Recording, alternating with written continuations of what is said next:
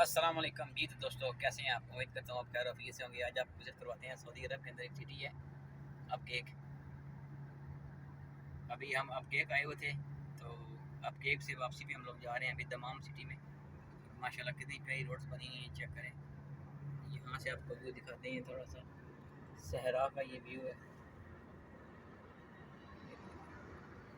गाड़ियाँ बड़ी मनज़म के साथ जा रही हैं, साफ़ सुथरी कारपेट रोड्स हैं अल्हम्दुलिल्लाह। ठीक है, कंस्ट्रक्शन हो रही है वो सामने। ये देखिए अभी आपको दिखाते हैं,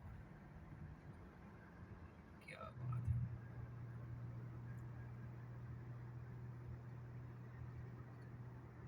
है। ये अभी सामने मतार एयरपोर्ट की तरफ है, खफजी है, अलकुवैत बहरीन। राइट साइड के ऊपर बहरीन, यहाँ से तकरीबन आधा घंटा लगता है बहरीन का रास्ता। भाई रोड जाता है ये,